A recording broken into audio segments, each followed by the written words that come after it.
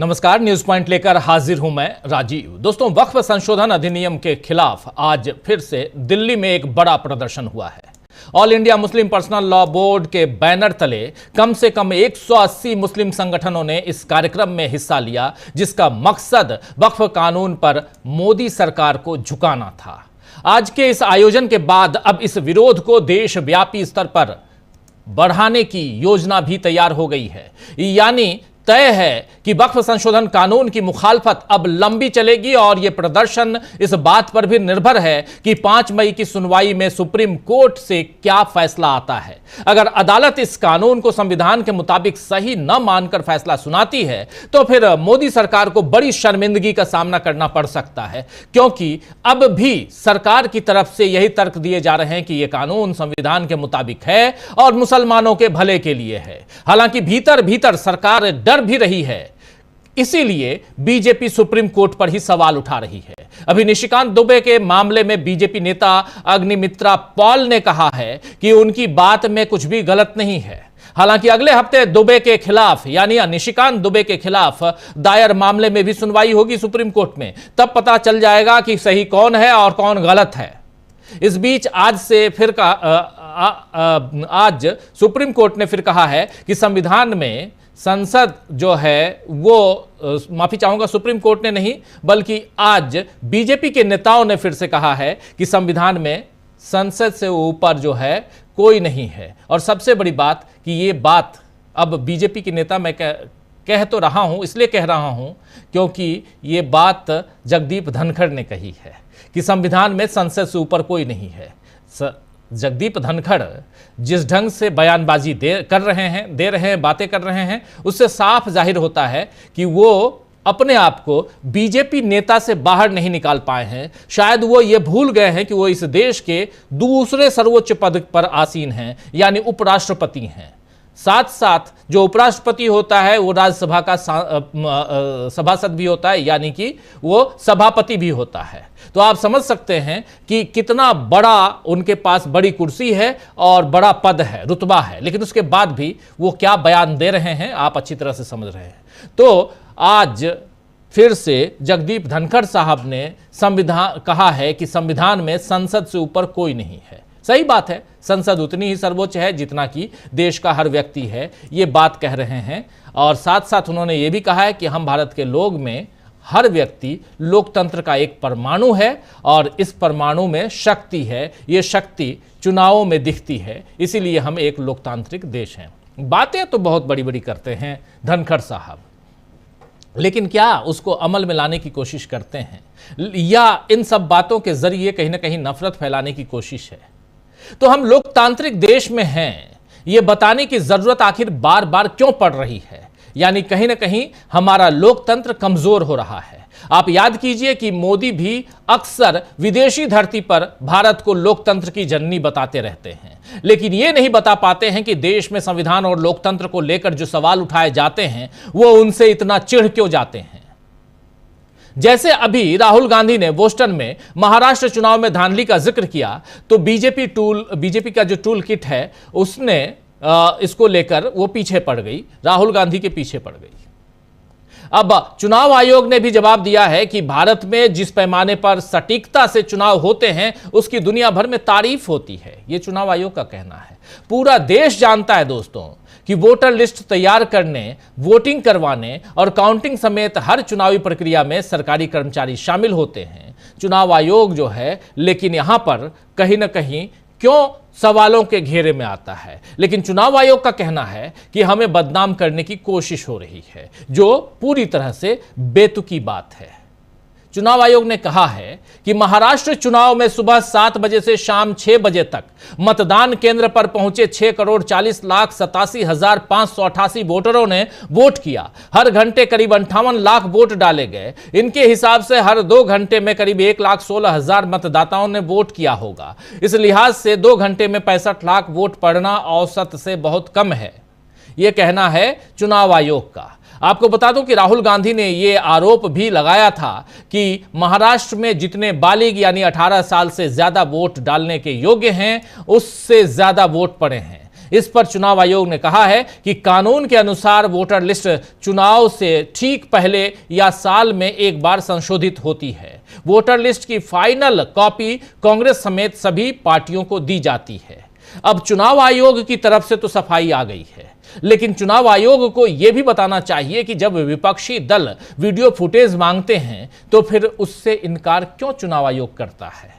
खैर, इस समय कईयों की दाढ़ी से तिनके जो हैं वो मिल रहे हैं, इसीलिए बड़े पैमाने पर खलबली मची हुई है। वैसे सरकार के सामने इस समय सबसे ज्यादा बेचैनी का कारण तो वक्फ संशोधन अधिनियम पर हो रहा विरोध ही है। आज अजमेर शरीफ दरगाह में के जो सेक्रेटरी सैयद सरवर चिश्ती जो हैं, उन्होंने क्या कुछ कहा है। ये तमाम 180 संगठनों के, मुस्लिम संगठनों के नेता, उनके कार्यकर्ता आज दिल्ली में मौजूद थे और all India Muslim personal law board के बैनर तले आज विरोध प्रदर्शन हुआ। क्या कुछ कहा है सैयद सरवर चिश्ती ने, जरा सुनिए। दे रहा है कि मुसलमानों से और जो इंडिया की वननेस में यकीन करते हैं, तमाम हिंदुस्तानी जो देश में चाहते हैं कोई विभाजन ना हो, आपस में यूनिटी हो, किसी पे जुल्म ना हो, तो ये वक्त की हम सख्त मुखालिफत करते हैं। This is against the spirit of Indian constitution. आप आइए ना बात में, ये Indian Muslim personal law board तय करेगा। हटाओ। तो यहां पर आपने सुन लिया चिश्ती साहब को। वहीं all India Muslim personal law board के सचिव यासीन अली उस्मानी ने भी इसी मसले पर क्या कुछ कहा है। आइए जरा उनको भी सुन लेते हैं, यासीन अली उस्मानी को। हम लोगों ने सिर्फ इतनी बात कही है जो पहले से कह रहे हैं कि कानून वापस होना चाहिए।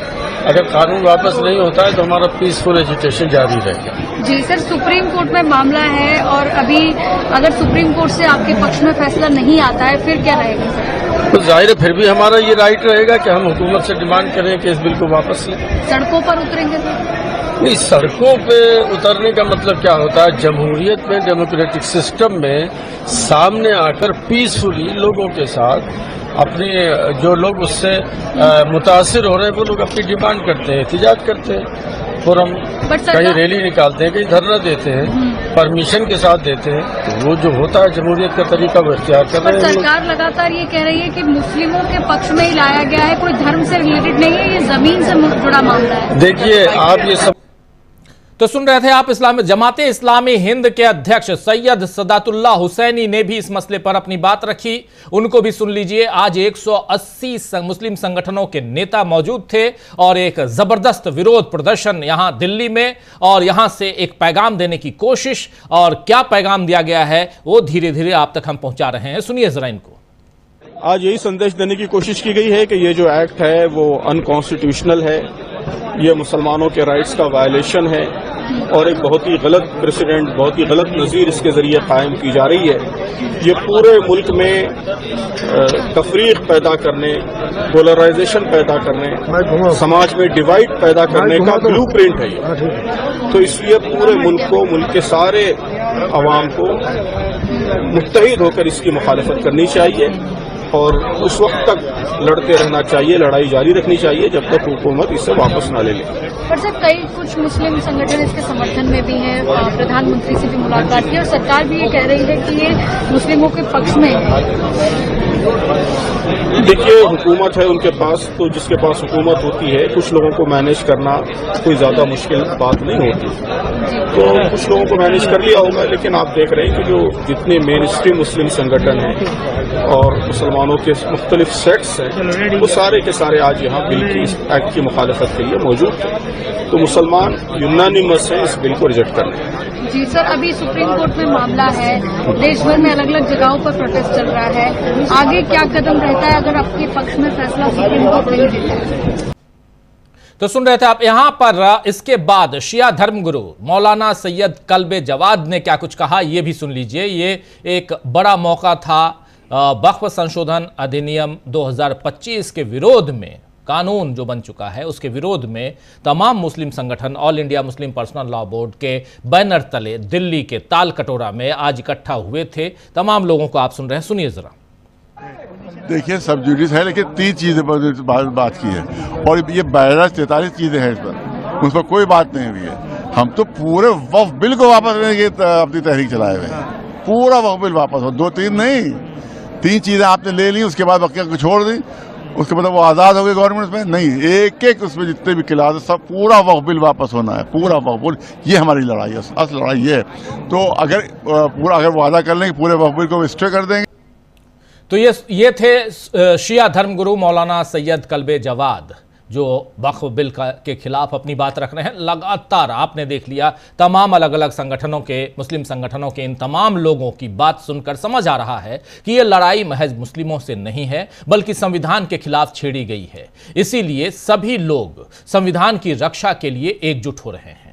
कानून बनाकर संविधान के खिलाफ एक लड़ाई छेड़ने की कोशिश और उसी संविधान को बचाने, संविधान की रक्षा करने के लिए एकजुट हो रहे हिंदुस्तान के लोग, हिंदुस्तान की आवाम। और कानून वापस लेने तक प्रदर्शन जारी रहेगा। यह ऐलान भी आज हो चुका है। 30 अप्रैल को आधे घंटे के लिए ब्लैकआउट यानी बिजली बंद करना, 7 मई को रामलीला मैदान में फिर से इकट्ठा होना और उसके अलावा देश के कम से कम 50 शहरों में धरना प्रदर्शन और प्रेस कॉन्फ्रेंस करने की रणनीति भी आज तैयार की गई है। इन शहरों में इस्लामिक रिसर्च स्कॉलर्स और धर्म गुरुओं के साथ बैठकें होंगी जहां वक्फ कानून के नुकसान बताए जाएंगे। यानी एक लंबी लड़ाई की तैयारी आज हो चुकी है। देखना यह है दोस्तों कि इस बार सरकार को कितनी बुरी मात मिलती है। लेकिन इन सब के बीच प्रधानमंत्री नरेंद्र मोदी तीसरी बार सऊदी अरब पहुंचे हैं, तीसरी बार। और ये तीसरी बार पहुंचने वाले एक ही प्रधानमंत्री तीसरी बार सऊदी अरब पहुंचने वाले ये अकेले हमारे नरेंद्र मोदी जी हैं।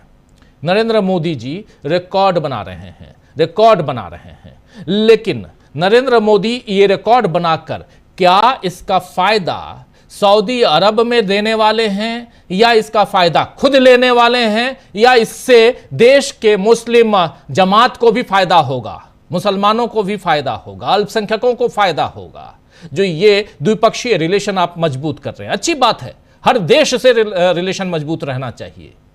लेकिन इस देश के अंदर जो हो रहा है, क्या उसके लिए नरेंद्र मोदी कभी अपनी बात, कभी अपनी जुबान खोलेंगे? इसी मसले पर जब नरेंद्र मोदी सऊदी अरब पहुंचे हैं तो क्या कुछ कहा है AIMIM के मुखिया असदुद्दीन ओवैसी ने, जरा उनको सुन लीजिए। में 31% गुर्बत है। हम वजीर आजम से ये बोलना चाह रहे हैं कि ये गुर्बत इसलिए है क्योंकि आपकी जहनियत में फिरका परस्ती है, आप नफरत करते हैं मुसलमानों से। नरेंद्र मोदी माशाल्लाह आप सऊदी अरब गए हैं तो वहां पर मोहम्मद बिन सलमान से या हबीबी बोल के मिलेंगे और भारत में आकर बोलेंगे कि इनको कपड़े देखकर पहचानो। अब तीसरा यह है कि एक बीजेपी में बहुत ज्यादा अनमोल रतन है, मुगल बादशाह अकबर के पास भी नहीं थे होंगे, मोदी के पास बहुत से अनमोल रतन है। किसी ने पार्लियामेंट में खड़े होकर कहा कि ये मुस्लिम देश में वक्फ नहीं है। हम अपने वजीर आजम से बोल रहे हैं कि जब आपका प्लेन सऊदी एयर स्पेस में आया तो मोहम्मद बिन सलमान की एयरफोर्स ने 15 F-15 से आपका इस्तकबाल किया, हम उनका शुक्रिया अदा करते हैं। वो मोहम्मद बिन सलमान से पूछ लें कि क्या मदीने शरीफ में रसूलुल्लाह सल्लल्लाहु अलैहि वसल्लम के रोज़े मुबारक के आगे एक बहुत बड़ी बिल्डिंग है जिसमें लिखा हुआ अंग्रेजी में वक्फ उस्मान बिन अफ़्फ़ान रज़ी अल्लाह ताला अन्हु। वो पूछ लें, जब सऊदी अरब जा रहे हैं तो गले मिलते वक्त पूछ लें, या हबीबी ये सही है क्या? क्योंकि बोर्ड लिखा हुआ है। तो हर इस्लामी मुल्क में, मुस्लिम मुल्क में, चाहे वहां पर जम्मू। तो सुन रहे थे आप यहां असदुद्दीन ओवैसी को, और सीधा प्रहार तंज कसते हुए नरेंद्र मोदी पर कि वहां मिलेंगे तो क्या कहेंगे और यहां क्या कर रहे हैं, क्या करके गए हैं। तो एक तरफ तमाम मुस्लिम संगठनों ने आज दिल्ली से यह ऐलान कर दिया है कि हमारी लड़ाई नहीं रुकने जा रही है।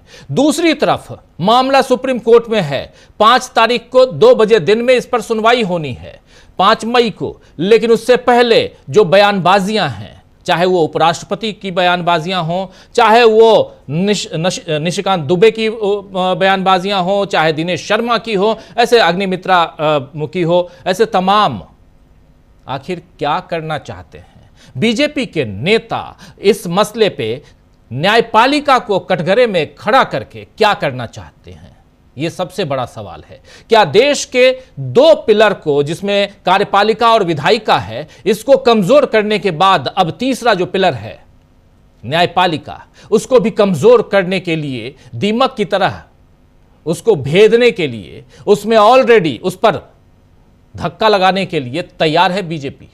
बड़ा सवाल है दोस्तों, और खुल के ये बात इस मंच से इसलिए रख रहा हूं क्योंकि इसकी चर्चा खूब हो रही है। माननीय जो अपने उस आसंदी पर बैठे हैं, वो अगर ऐसी बात करेंगे, जन नेता अगर ऐसी बातें करेंगे, नफरत परोसेंगे इस देश में, तो फिर आखिर क्या होगा, आम जनता क्या करेगी?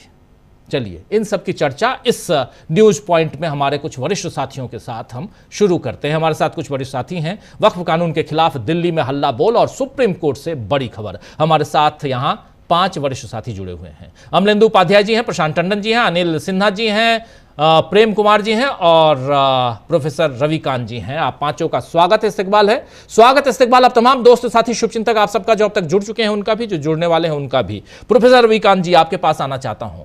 प्रोफेसर साहब, क्या सुप्रीम कोर्ट से सीधी लड़ाई बीजेपी ने छेड़ दी है, यह माना जाए? वक्फ बिल तो एक बहाना है, सुप्रीम कोर्ट को कमजोर करना है, यह माना जाए? डेफिनेटली। देखिए, इस समय संविधान को खत्म करना है बीजेपी को। आरएसएस के 100वें साल में उन्हें मोदी जी को खास करके तोहफा देना है, मोहन भागवत जी को गुरु दक्षिणा में उनको हिंदू राष्ट्र देना है। इस संविधान को खत्म करके, डॉक्टर अंबेडकर के संविधान को खत्म करके मनुस्मृति को लागू करना है।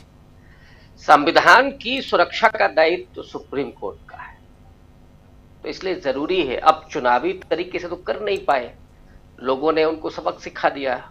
नारा था कि अब की बार 400 पार और संविधान खत्म करना है जी। उससे तो मोदी जी जीत नहीं पाए, यानी पब्लिक ने तो पूरे तरीके से खारिज कर दिया उनके एजेंडे को। और सच्चाई तो ये भी है कि अगर चुनाव ठीक तरीके से हो जाते तो कम से कम 80 सीटें ऐसी हैं जहां पर भारतीय जनता पार्टी ने जो जीत हासिल की है वो बेहद संदिग्ध है। और एक नहीं, दर्जनों जानकार हैं, विश्लेषक हैं जो इस बात को कह रहे हैं। बहरहाल सरकार तो वो 2 बैसाखियों पर उनकी चल रही है, लेकिन मंसूबे तो वही है, उसमें कोई कमी नहीं आई। क्योंकि पिछले 70-80 साल में जो इस देश के आदिवासियों, दलितों ने तरक्की की है, जो एक छोटा सा ही मिडिल क्लास उभर करके आया, जो प्रोग्रेसिव लोग इस देश में आए हैं, जो संविधान और लोकतंत्र और धर्मनिरपेक्षता, समाजवाद के लिए खड़े हों, उनसे इनको बेहद नफरत है। और नफरत तो उन मुसलमानों से भी है जिनको वो पंचर सिर्फ कहते हैं कि पंचर बनाते हैं वो। अभी आईआईटी में बिहार का जो अब्दुल्ला है जिसने टॉप किया है, मोदी जी को बताया जाना चाहिए कि साहब वो तो आईआईटी टॉप भी कर रहा है। आज यूपीएससी का रिजल्ट आया है जी, उसमें जामिया के दर्जन से ज्यादा स्टूडेंट्स जो वहां तैयारी कर रहे थे वो यूपीएससी क्वालिफाई करके आए। तो नफरत तो उन क्रिश्चियंस से भी है कि आप चर्च पर हमला करेंगे, या अभी उड़ीसा में सरकार बनने के बाद ग्राहम स्टेन्स और उनके दोनों बच्चों को जिंदा जलाने वाले को, उसमें से एक व्यक्ति को 25 साल के बाद रिहा कर दिया गया कि साहब व्यवहार ठीक है। जो हत्यारा है वो कितना व्यवहार उसका ठीक होगा। ये अद्भुत है कि इस देश में जो नफरत है, और क्रिश्चियन के साथ देखिए आप कि उनके स्कूलों में अपने बच्चों को पढ़ाएंगे लेकिन क्रिश्चियन से नफरत है। बिल्कुल। तो ये जो स्थिति है इस समय देश की, उसमें केवल सुप्रीम कोर्ट बचा। जो आपने कहा ना, लोकतंत्र का जो चौथा स्तंभ है, जो थोड़ा मजबूत है, हिल नहीं रहा है। कोशिश तो बहुत दिन से हो रही है, एक आध बार हल्का फुल्का हिला, लेकिन फिर वो थोड़ा मजबूती के साथ खड़ा हो जाता है। अब मुश्किल यही है कि अगर वो कहीं गिर जाए तब तो फिर पूरा लोकतंत्र ही अपने काबू में आ जाए। बिल्कुल। इसलिए सुप्रीम कोर्ट और सुप्रीम कोर्ट के जजेस पर हमला। देखिए, सुप्रीम कोर्ट में कोई फैसला आए उसकी आलोचना करने का अधिकार है, समीक्षा करने का अधिकार है, लेकिन माननीय जज महोदय पर ही हमला किया जाए इस तरह का, वो भी इतना अभद्र, और वो कर कौन रहा हो, एक सांसद कर रहा हो। आप इसको ये भी कहकर के नहीं खारिज कर सकते कि साहब कोई फर्ज एलिमेंट था जी। उपराष्ट्रपति महोदय लगे हुए हैं, तो सुप्रीम कोर्ट को, और दिक्कत किससे है, क्योंकि सुप्रीम कोर्ट में अभी 100% संघी नहीं बैठ पाए, वहां उनको 100% चाहिए। बाकी तो राहुल गांधी जो कहते हैं ना कि हर संस्थान में आरएसएस के लोग बैठ गए, बिल्कुल विश्वविद्यालय में जो है वो हम जानते हैं, बाकी और जो संवैधानिक संस्थान है, लेटरल एंट्री के जरिए खेल हो रहा है। वो तमाम सचिव स्तर के अधिकारी तमाम मंत्रालयों में, और हर मंत्रालय के ऊपर एक बैठा हुआ है, वो तो अदृश्य है, वो एक ऐसी पावर है जो सिर्फ मोदी जी जिसका इस्तेमाल करते हैं। वो आमतौर पर लोगों को पता ही नहीं होता है कि मंत्री किसको साहब रिपोर्ट कर रहा है। मंत्री तो मोदी जी को मिल भी नहीं पाता है, वो रिपोर्ट करता है किसी को, पीएमओ के जरिए। तो इनकी जो मुश्किल है कि संविधान बार बार रोड़े अटका रहा है इनके मंसूबों को पूरा होने से जी, इसलिए क्योंकि इन्हें गुलाम बनाना है। ये जो हिंदुत्व है, ये जो नया ब्राह्मणवाद है, वो दरअसल तभी जीवित, ये अमरवेल की तरह है, ये जीवित तभी रह सकता है कि जो दूसरे का खून पिए, ये जिंदा ही तभी रह सकता है। तो इनको गुलाम बनाना, अब अडानी और अंबानी कैसे चलेंगे, किसानों का खून चूसेंगे। एयरपोर्ट दे दो, हाईवे दे दो, गैस प्लांट दे दो, सीमेंट प्लांट, सारे प्लांट दे दो, तो पूंजीवाद वैसे चलेगा।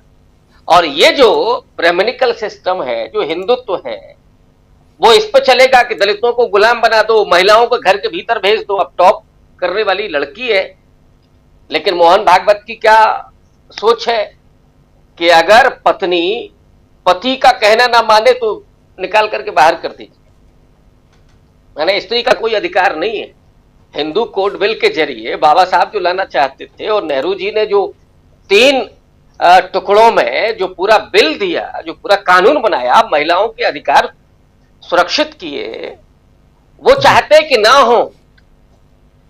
अब प्रोटेक्शन किससे मिला हुआ है? महिलाओं के अधिकार को, अल्पसंख्यकों के अधिकार को, दलितों के अधिकार को, पिछड़ों के अधिकार को, इन सबको प्रोटेक्ट करता है संविधान, और सबको गरिमापूर्ण जीवन देता है। तो आप तो लिंच कर सकते हैं ना राजीव जी। इन 10-11 सालों में आधिकारिक रूप से जो डेटा है, 100 लोगों को लिंच किया गया सार्वजनिक रूप से जी, जिसमें से 90 मुसलमान हैं, 10 दलित हैं। ये गोरक्षा के नाम पर हुए 100, और जो रिपोर्ट नहीं हुए होंगे वो कितने होंगे। तो दिक्कत इससे, इसलिए उस सुप्रीम कोर्ट को ये ढा देना चाहते हैं कि ताकि इनको ये खुली छूट मिल जाए कि बिल्किस बानो के बलात्कारियों को आप ये कह सकें कि साहब ये तो बड़े अच्छे ब्राह्मण हैं, इसलिए इनको छोड़ दिया जाए। ये आपको मिल जाए ना मौका।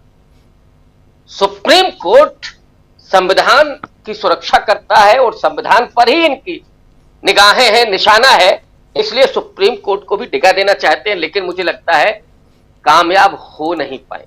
राजीव जी, बिल्कुल बिल्कुल आप सही कह रहे हैं। कामयाबी आखिर मिलेगी कि नहीं मिलेगी, लेकिन लगातार उपराष्ट्रपति जगदीप धनखड़ अभी भी, अब वो कर्नाटक जाने वाले हैं, कर्नाटक नहीं तमिलनाडु जाने वाले हैं, एन रवि के साथ मुलाकात करने वाले हैं।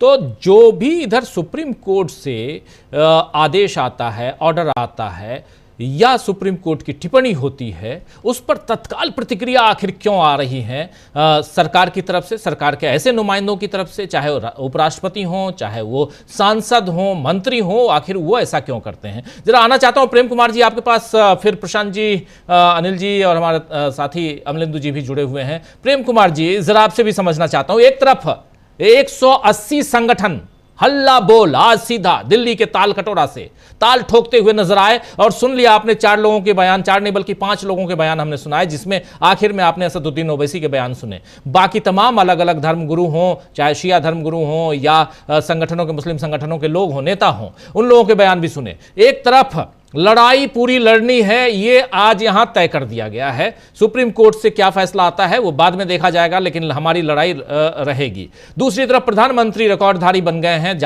तीसरी बार जाकर वहां सऊदी अरब में। लेकिन तीसरी तरफ जो सबसे बड़ी बात है कि देश के न्यायालय पर, सुप्रीम कोर्ट पर अगर चोट प्रहार करने की कोशिश है तो इसके सियासी मायने ढूंढने की कोशिश करनी चाहिए।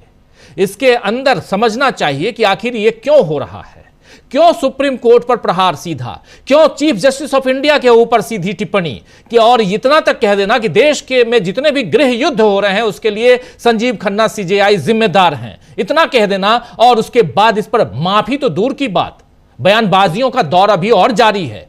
कोई एक शब्द नहीं कहता, प्रधानमंत्री नरेंद्र मोदी नहीं कहते, कोई नहीं कहता। क्या कारण हो सकता है? क्या एक लिखी हुई स्क्रिप्ट को आगे बढ़ाने की कोशिश हो रही है? निश्चित रूप से राजीव जी, देश में एक ऐसी स्थिति बनाई जा रही है जिसमें संविधान का सम्मान नहीं हो, न्यायपालिका का सम्मान नहीं हो, और अपोजिशन का सम्मान तो ये पहले ही नहीं कर रहे थे, संवैधानिक संस्थाओं को भी तोड़ मरोड़ चुके हैं। यानी अराजकता आज की सत्ता को सुहा रही है, अराजकता ही उनका उद्देश्य लगता है।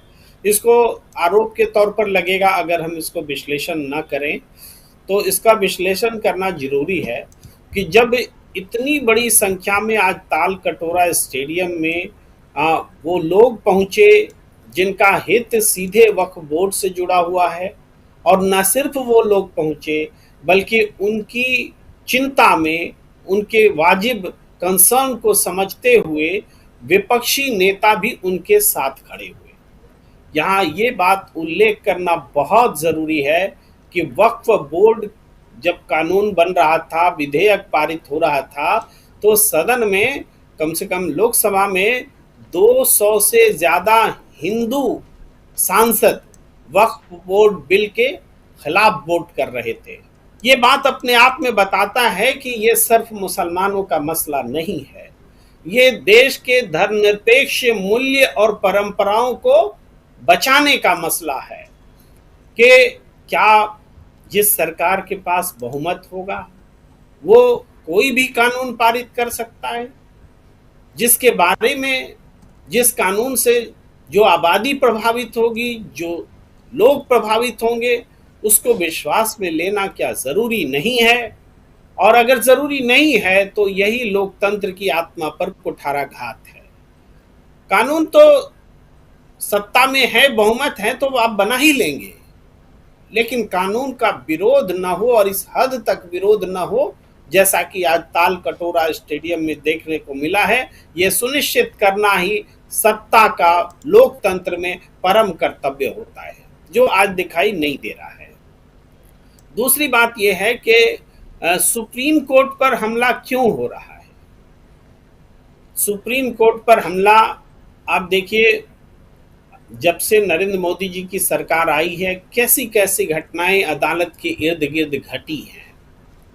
राम मंदिर का मुद्दा किस तरीके से अपने अंजाम को पहुंचा, उसमें सत्ता की क्या भूमिका थी, किस तरह से फैसले के बाद जजों ने होटल में जश्न मनाया, किस तरीके से उस फैसले के बाद DY चंद्रचूड़ जी ने कहा कि हमें भगवान से प्रेरणा मिली और हमने इसका जजमेंट लिखा, किस तरीके से पूरे मामले को तथ्य पर आधारित न होकर आस्था पर आधारित बनाया गया। वहां से देखिए, जज मिलने लगे नरेंद्र मोदी जी के साथ, प्रधानमंत्री जी के साथ अकेले में, और वो फिर गणेश उत्सव तक आया चीफ जस्टिस ऑफ इंडिया की मुलाकात।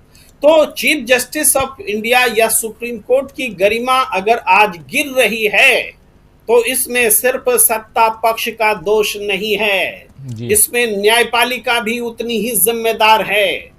और सत्ता पक्ष तो हमेशा न्यायपालिका को अपने पाले में करने की कोशिश करती है, लेकिन उससे लड़ने का काम होता है न्यायपालिका का, और न्यायपालिका बीते दौर में चूंकि लड़ती हुई नहीं दिखी, इस वजह से ये स्थिति आई है। और आज हमें लगता है कि कुछ रेसिस्टेंस बचा हुआ है न्यायपालिका में, जिस वजह से इतना धारदार हमला हो रहा है। अभी वक्फ बोर्ड मामले पर भी सुनवाई होनी है न्यायपालिका में, तो क्या न्यायपालिका उसी तरीके से जैसे राम जन्मभूमि के मसले पर सुनवाई हुई, जश्न मना और तमाम चीजें हुई, क्या उसी तरीके से वक्फ बोर्ड को भी सुना जाएगा, या सुनने के लिए बाध्य करने वाली शक्तियां सक्रिय हो गई हैं? ये चीजें हैं जो हमें चिंता में डालती हैं।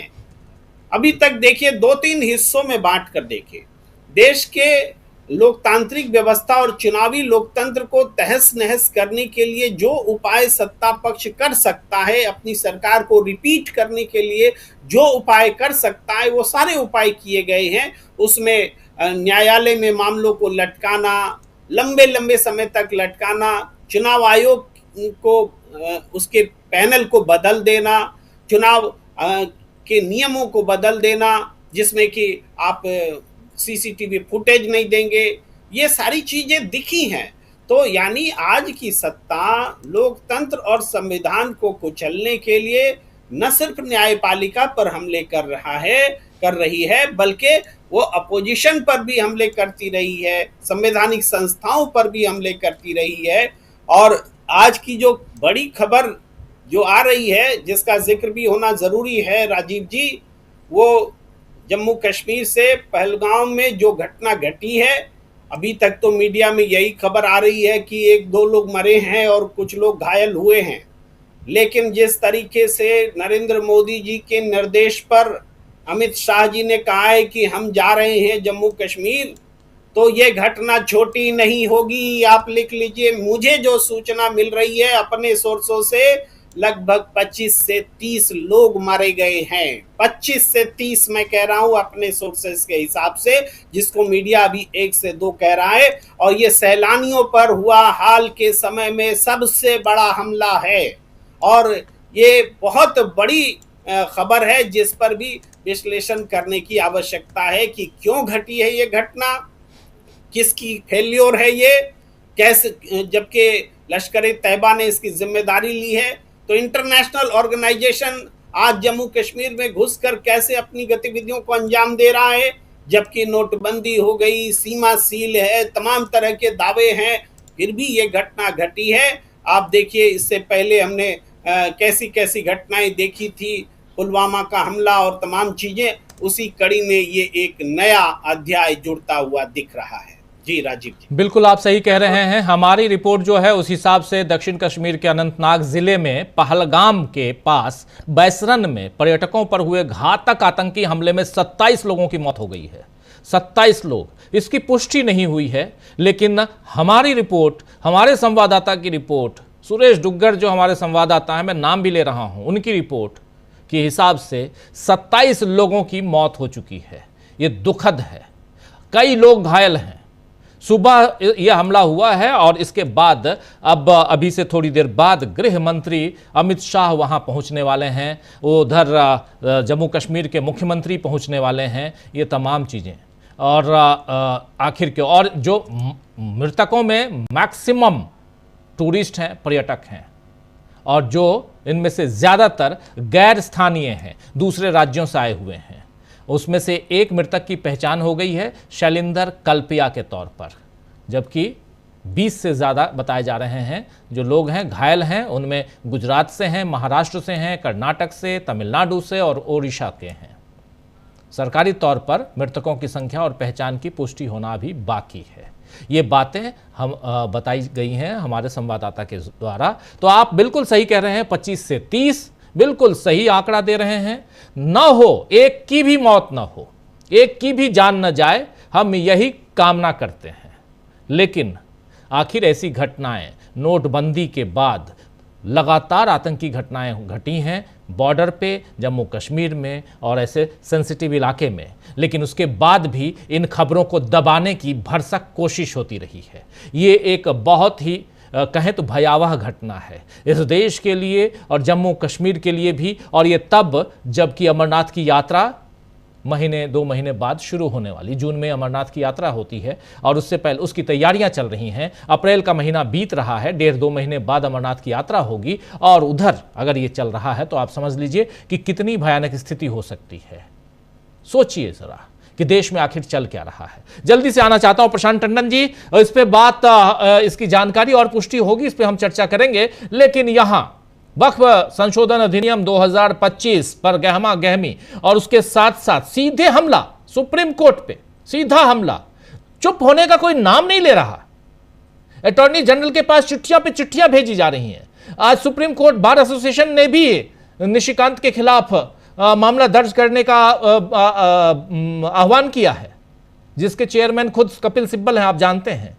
लेकिन यहां चुप्पी क्यों नहीं साध रही है बीजेपी? बीजेपी के अध्यक्ष ने अपने आप को किनारा कर लिया, पार्टी को किनारा कर लिया, लेकिन क्या पार्टी कोई अनुशासनात्मक कार्रवाई करेगी निशिकांत दुबे पे, दिनेश शर्मा पे और ऐसे तमाम लोगों पे? या मॉब लिंचिंग की जो आप बात कर रहे थे, एक ऐसे लोगों को, देश की जनता को इस संविधान के खिलाफ भड़काने की कोशिश नहीं मानी जाएगी? ये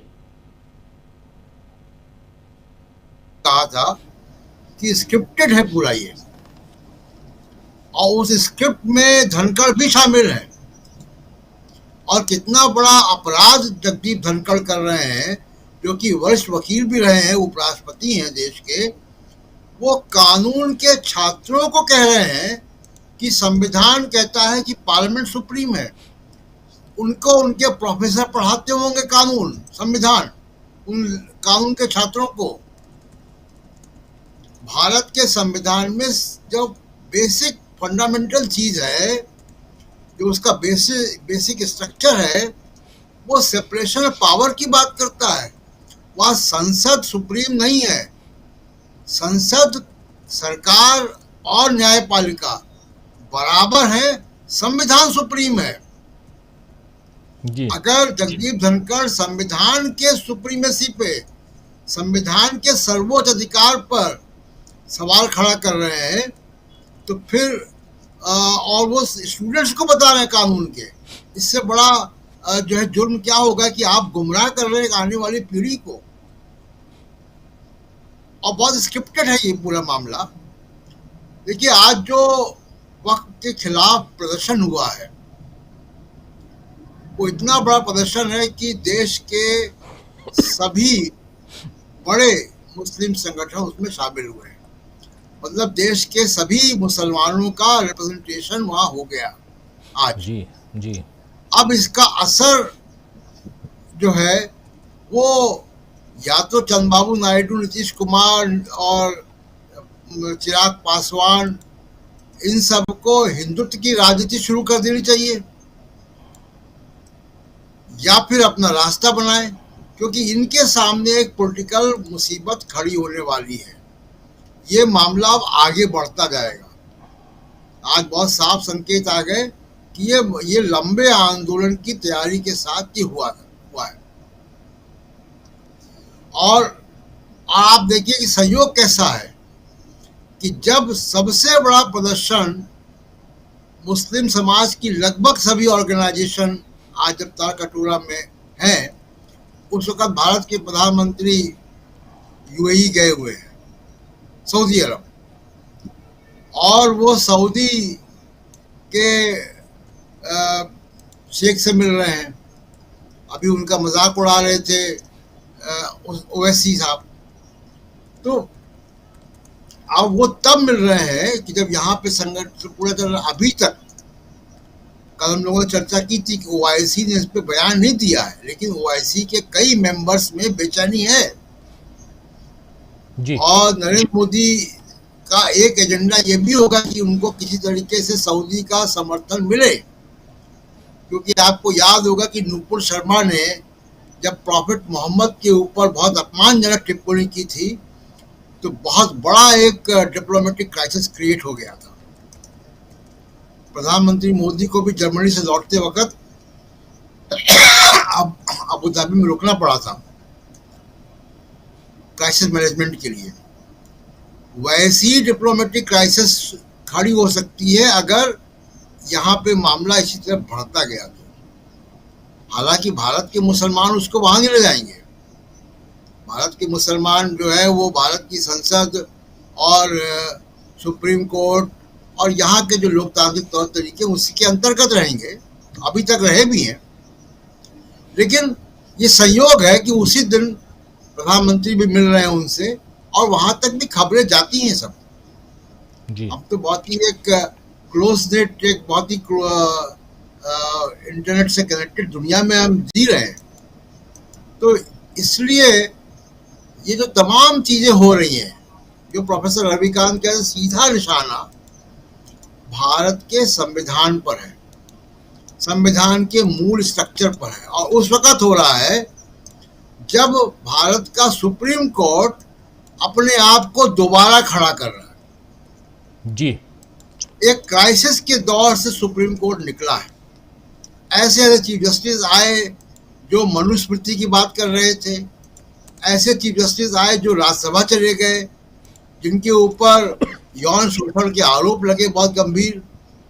ऐसे चीफ जस्टिस भी आए जो प्रधानमंत्री नरेंद्र मोदी के साथ आरती कर रहे थे, जो कि सेपरेशन ऑफ पावर के सिद्धांत की खिल्ली उड़ा रहे थे।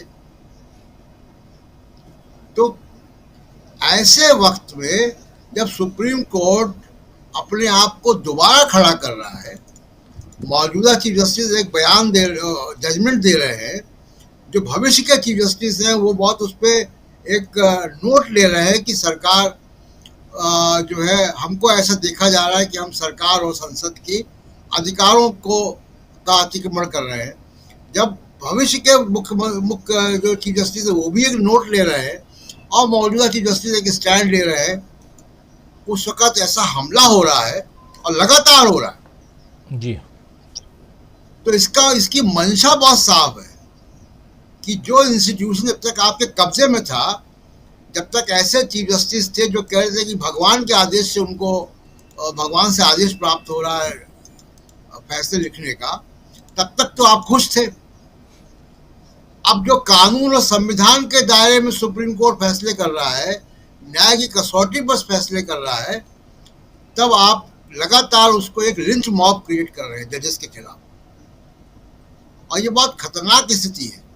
देश के तमाम समझदार नागरिकों को, मीडिया को, बार एसोसिएशंस को, जजेस को, रिटायर्ड जजेस को इसको समझना चाहिए कि बहुत ही सुनियोजित और बहुत बड़ा हमला न्यायपालिका पर, भारत के संविधान पर हो रहा है। जी बिल्कुल बिल्कुल, आप सही कह रहे हैं। न्यायपालिका पर, भारत के संविधान पर सुनियोजित हमला।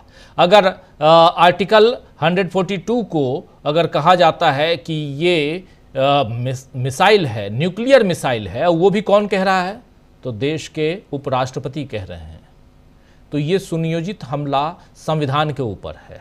और बार बार कहा जा रहा है कि न्यायपालिका भी संविधान से ऊपर नहीं है। न्यायपालिका ने कब कहा कि हम संविधान से ऊपर हैं? लेकिन आप इस बात को बार बार कह के देश की जनता के मन में क्या लाना चाहते हैं? जो रोजाना खबरों में नहीं रहता है, उसके दिमाग में आप क्या डालना चाहते हैं? वो आपको फॉलो करता है साहब।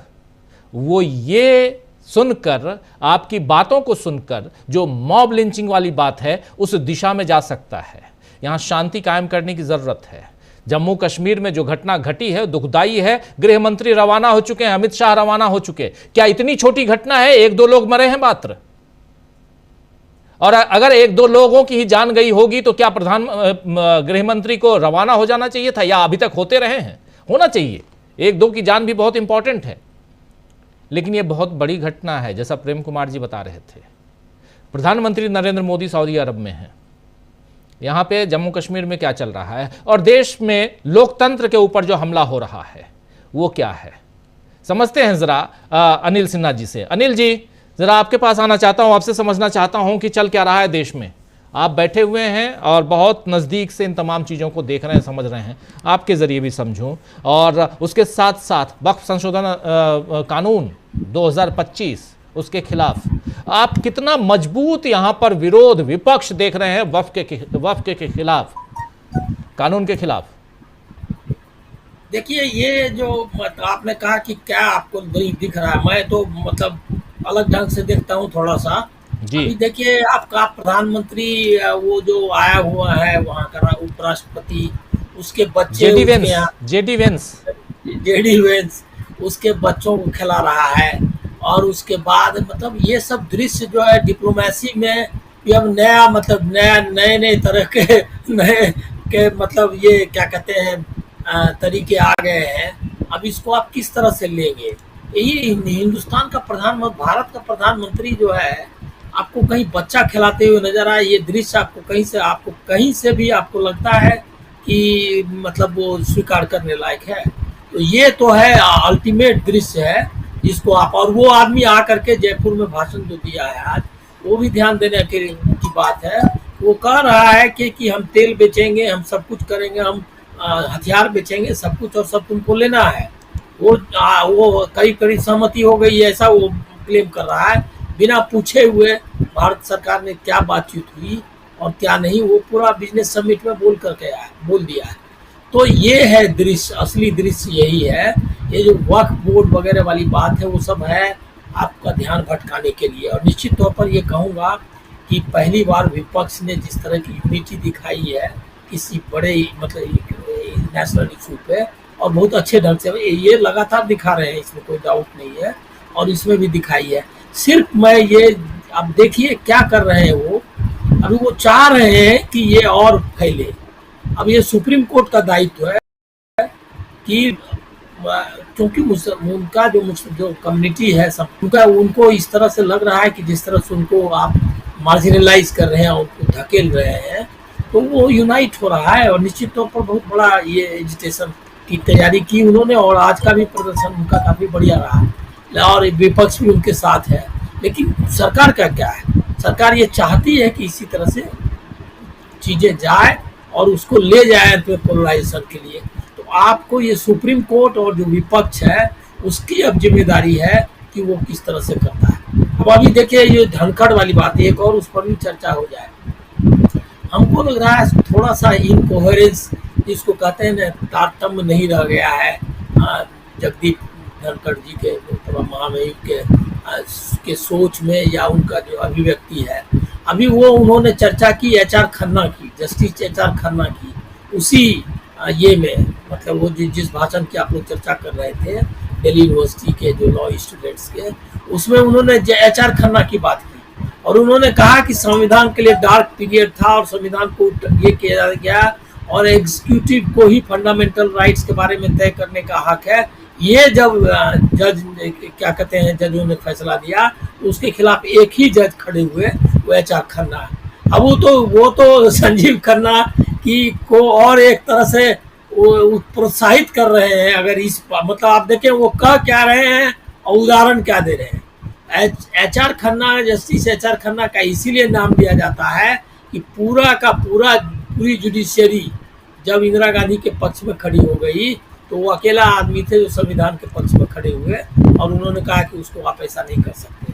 तो वो तो और उनको बता रहे हैं कि कोई भी विपरीत परिस्थिति है जज को अपने हिसाब से काम करना चाहिए। ये उदाहरण उनको वो दे रहे हैं। तो उनका हमको लग रहा है कोहेरेंस का मामला है। दूसरा है क्या कि उन्होंने एक ट्वीट उनका मैं अभी देख रहा था, उस पर भी ध्यान देने का करें। क्या मनी बैग से देश में विमर्श संचालित हो रहे हैं? क्या विदेशी शक्तियां देश में मतलब वो देशद्रोह का आरोप लगा रहे हैं कि जो देश में कहा कि किसी देश के डेमोक्रेसी का हाल का पता तब चलता है कि वहाँ किस तरह की बहस हो रही है, विमर्श हो रहा है।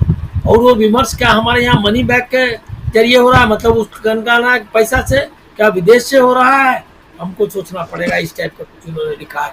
इसका मतलब वो लगा रहे हैं कि जो भी डिसेंट कर, जो भी प्रतिरोध है, जो भी आवाज इसके खिलाफ है, सरकार के खिलाफ, वो देशद्रोह की आवाज है, पैसे लेकर के लोग कर रहे हैं। मतलब आप सोचिए कि उपराष्ट्रपति बिना किसी सबूत के, बिना किसी ये के किस तरह की बातें कर रहे हैं। हमको लग रहा है कि कहीं प्रॉब्लम आ गया है, मिसमैच हो रहा है। जो कई बार हम उतना दूर नहीं जाएंगे, लेकिन नीतीश कुमार में जो आप देख रहे हैं कुछ उसके कुछ लक्षण हमको यहाँ भी दिखाई दे रहे हैं कि ये जो है, जो मतलब जो तारतम्य है उसमें कहीं छूट रहा है मामला। इसीलिए हमको लग नहीं रहा है कि बहुत सीरियसली उनको विमर्श के तौर पर लिया जाना चाहिए। उस पद के हिसाब से देखना चाहिए कि ये बहुत डेंजरस सिचुएशन में है, हम ये मानना चाहिए।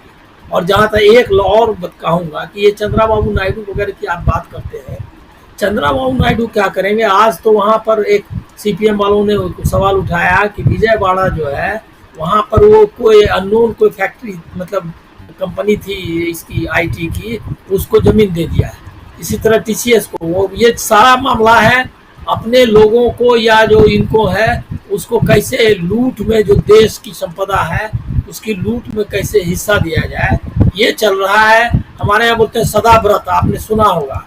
सदाव्रत मतलब दिल खोल करके बांटिए, वो जो है सदाव्रत बांटने का वो काम चल रहा है, वो वही हिसाब है। बिल्कुल। बिल्कुल आप सही कह रहे हैं, सदा व्रत बांटने का हिसाब चल रहा है। जरा अमलेंदु जी आपसे समझना चाहता हूं, एक तरफ जम्मू कश्मीर से अच्छी खबर नहीं आ रही है, पहलगाम की खबर सुबह से हम लोग देख रहे हैं, फॉलो कर रहे हैं।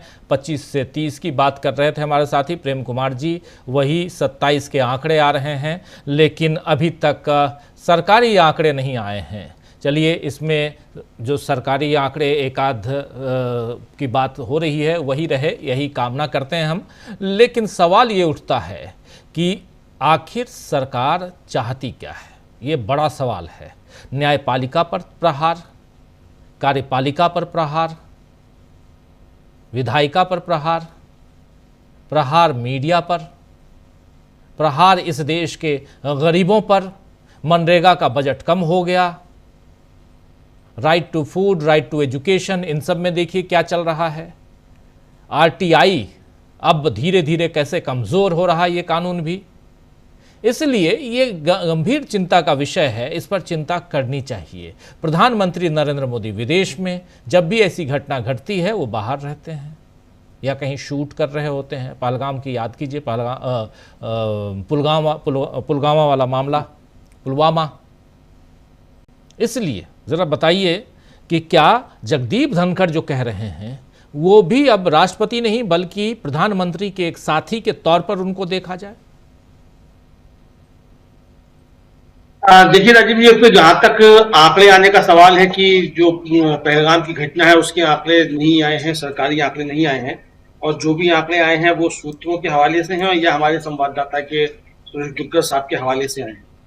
राजीव जी, आंकड़े तो महाकुंभ में जो घटना हुई थी उसके भी अभी तक नहीं आए। सरकारी आंकड़ा 30 का था, वो 30 पे अभी तक यथावत है, और वो 30 नाम कौन से नाम अभी तक नहीं आए।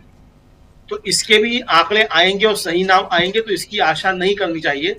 बस उम्मीद और दुआ ये करनी चाहिए कि घटना बड़ी ना हो, कम लोग जो इसमें हताहत हुए हों। लेकिन ये घटना राजीव जी ये साबित करती है, और ये सवाल जो मतलब प्रश्न चिन्ह खड़ा करती है केंद्र सरकार के ऊपर, जिन्होंने कहा था कि 370 खत्म, जो आतंकवाद कश्मीर में जो वो 370 की वजह से था, और 370 खत्म हो जाने के बाद आतंकवाद खत्म हो जाएगा। ये उनके ऊपर बड़ा सवाल खड़ा करती है। अब गृहमंत्री भागकर पहुंचे हैं, बड़ी अच्छी बात है, गृहमंत्री पहुंचे हैं। मणिपुर पहुंचने में तो बहुत समय लगा था, चलिए कम से कम पहलगाम जा रहे हैं गृहमंत्री, इतना ही बहुत कुछ है। हो सकता है ये गृहमंत्री को पहलगाम जाने की प्रेरणा जो है वो उमर अब्दुल्ला से मिली हो राजीव जी, चूंकि उमर अब्दुल्ला जो है वो रामबन में जो लैंडस्लाइड हुआ वहां उमर अब्दुल्ला पैदल ही पहुंचे हैं, मतलब जहां तक गाड़ी से जा सकते थे वहां तक गाड़ी से गए, उसके बाद वो पैदल पहुंचे वहां। तो ये प्रेरणा मिली होगी कि जब वहां लोगों के मन में ये बात आएगी कि जो उनकी सरकार बनी, जब वहां लोकतंत्र बहाल हुआ, भले ही आधा राज्य है लेकिन उनका मुख्यमंत्री था वो मौके पर मौजूद रहा, तो ये बात कही होगी कि गलत संदेश जाएगा तो चलो चला जाए। तो गए, अच्छी बात है, गए हैं गृहमंत्री, जाना चाहिए। मणिपुर भी प्रधानमंत्री को जाना चाहिए, सऊदी अरब बाद में जाते, पहले मणिपुर चले जाते तो ज्यादा अच्छा होता। अब राजीव जो धनखड़ साहब जो कर रहे हैं वो शुद्ध रूप से अगर कहा जाए तो वो प्रधानमंत्री के मित्र की हैसियत से ये बात कर रहे हैं या भारतीय जनता पार्टी के स्वयंसेवक की हैसियत से बात कर रहे हैं। मुझे लगता है कि अपनी बात रखने से पहले धनखड़ साहब को ये डिस्क्लेमर देना चाहिए कि वो जो बात कर रहे हैं वो भारत के उपराष्ट्रपति की हैसियत से नहीं कर रहे हैं, तो बड़ी सुविधा हो जाती है बात को समझने के लिए। लेकिन अगर वो भारत के उपराष्ट्रपति की हैसियत से ये बात कर रहे हैं और सुप्रीम कोर्ट पर अगर सीधे सीधे हमले कर रहे हैं, तो उनको समझना चाहिए कि कानून में बहुत सारी चीजें हैं, वो चूंकि स्वयं संविधानविद हैं, बहुत बड़े बताया जाता है, और हमें नहीं मालूम कैसे संविधानविद हैं जो बता रहे हैं कि संसद सुप्रीम है और सुप्रीम कोर्ट जो है वो सुप्रीम नहीं है। सुप्रीम तो संविधान है, और ये बात बार बार आती है कि सुप्रीम संविधान है। तो ये बात अगर उनको नहीं मालूम है, तो अगर वो हमले कर रहे हैं इस तरीके से, तो फिर कार्रवाई जो है वो उपराष्ट्रपति पर भी हो सकती है, क्योंकि आप सीधे सीधे एक अंग पर हमला कर रहे हैं। उपराष्ट्रपति बन जाने का मतलब ये नहीं है कि आपको लाइसेंस मिल गया है कि आप संविधान पर भी हमले करेंगे, आप सुप्रीम कोर्ट पर भी हमले करेंगे और आप विपक्ष पर भी हमले करेंगे। तो उपराष्ट्रपति बन जाने का मतलब आपको ये लाइसेंस मिल जाना नहीं है। तो ये जगदीप धनखड़ साहब को समझनी होगी, और मुझे लगता है कि जगदीप धनखड़ साहब के खिलाफ सुप्रीम कोर्ट में मामला पहुंचेगा, और हो सकता है बहुत दिलचस्प चीज पहुंच जाए। अब जगदीप धनखड़ साहब टीएन रवि से मिलने जा रहे हैं राजीव जी, इसका मतलब साफ साफ तैयारी कर ली है बीजेपी ने कि वो अब सुप्रीम कोर्ट से दो हाथ करना चाहती है, चूंकि उसे लग रहा है कि उसके हिंदू राष्ट्र के एजेंडे में ये सुप्रीम कोर्ट बीच में आ रहा है। अब जिन एचआर खन्ना साहब का बार बार हवाला दिया जा रहा है राजीव जी, अब ये देखिए कि निशिकांत दुबे जो है, जिन सीडीआई संजीव खन्ना पर हमला कर रहे हैं, वो संजीव खन्ना, उन्हीं हंसराज खन्ना जो सुप्रीम कोर्ट के जज थे, उनके भतीजे हैं, उनके ऊपर हमला किया जा रहा है।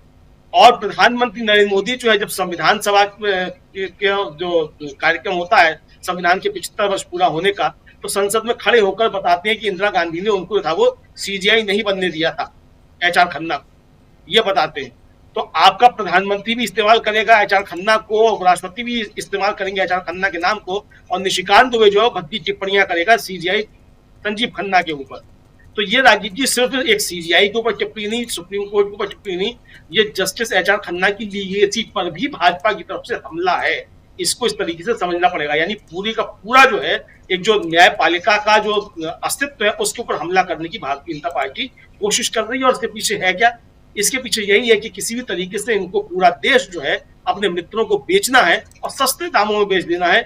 इसके बीच में कोई आड़े ना आए, इसके लिए ये सारी तैयारियां की जा रही हैं। निशिकांत दुबे के बारे में बहुत सारी बातें की जाती हैं, उनकी डिग्री को लेकर बहुत सारी बात की जाती है। महुआ मोहिता ने भी लेकर बहुत सारे सवाल उठाए, उनके जो है राष्ट्रीय सेठ से संबंधों को लेकर भी बहुत सारी बातें की जाती हैं, तमाम बातें उनको लेकर की जाती हैं। लेकिन कुछ भी बातें होती हैं राजीव जी, अगर जेपी नड्डा ने ये कहा कि उन्होंने आदेश दे दिया है निशिकांत दुबे को और दिनेश शर्मा को कि ये लोग अब कुछ बयान नहीं देंगे, इसके बाद भी अगर निशिकांत दुबे आज दिन में 2 ट्वीट करते हैं और 2 पूर्व जजों को निशाना बनाते हैं, उनमें एक सीजीआई भी है, तो क्या ये जेपी नड्डा की भी अब तौहीन नहीं है? मुझे लगता है कि जेपी नड्डा को या तो निशिकांत दुबे को पार्टी से बर्खास्त कर देना चाहिए, निकाल बाहर करना चाहिए, और अगर ये हिम्मत नहीं है तो जेपी नड्डा को खुद अपना इस्तीफा दे देना चाहिए। ये उनका एक सांसद जो जेपी नड्डा के आदेश को नहीं मान रहा जी बिल्कुल बिल्कुल। इस बीच कश्मीर के मसले पे सुब्रमण्यम स्वामी ने, मोदी जी के अभिन्न मित्र ने कह सकते हैं, ट्वीट किया है और मोदी जी से कहा है कि आपको अगर अपनी जान बचानी है तो केंद्रीय गृह मंत्री अमित शाह को बर्खास्त कर दीजिए। ये ट्वीट करते हुए उन्होंने कहा है कि विदेश से शोक संवेदना व्यक्त करने से मोदी जी आपको कोई फ़ायदा नहीं मिलने वाला, कश्मीर के साथ ये विश्वासघात सबसे बुरा है, और अगर आपको अपनी जान बचानी है तो केंद्रीय गृह मंत्री अमित शाह को आप तत्काल बर्खास्त कीजिए।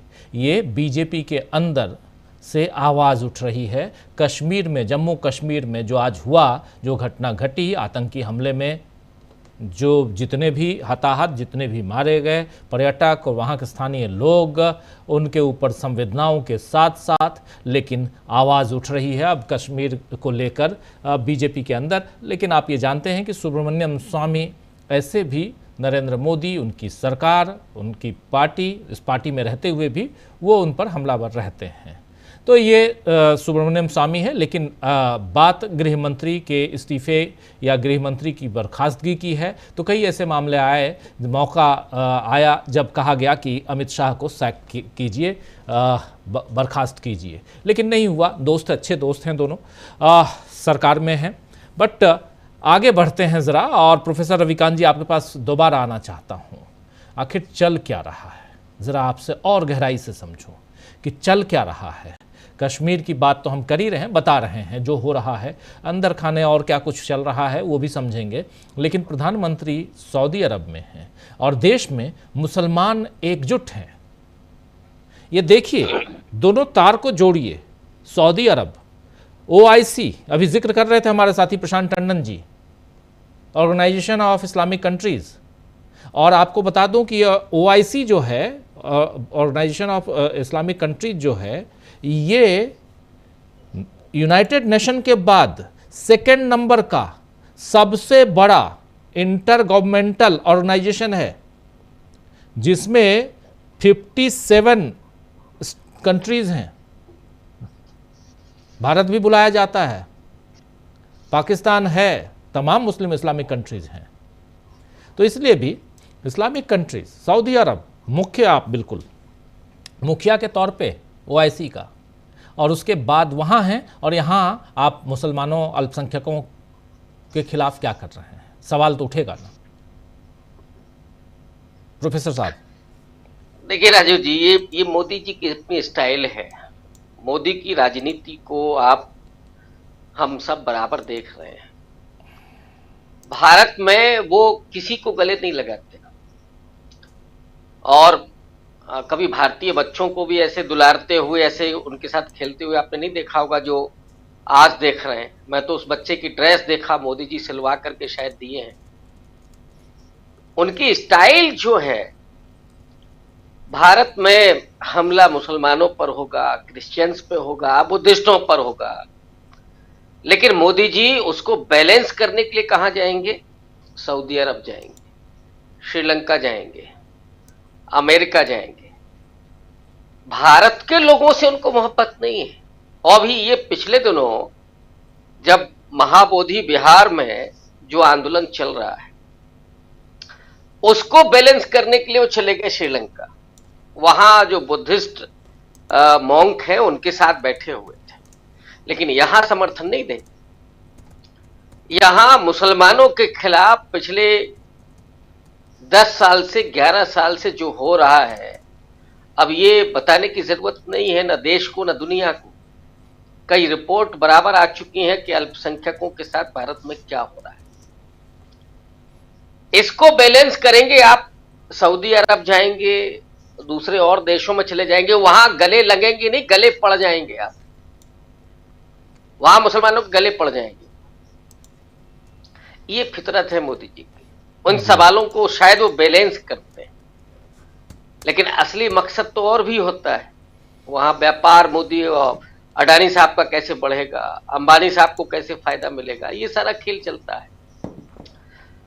समस्या ये है कि इस समय मोदी जी चौतरफा घिरे हुए, अब बेचारे जाएं तो जाएं कहां।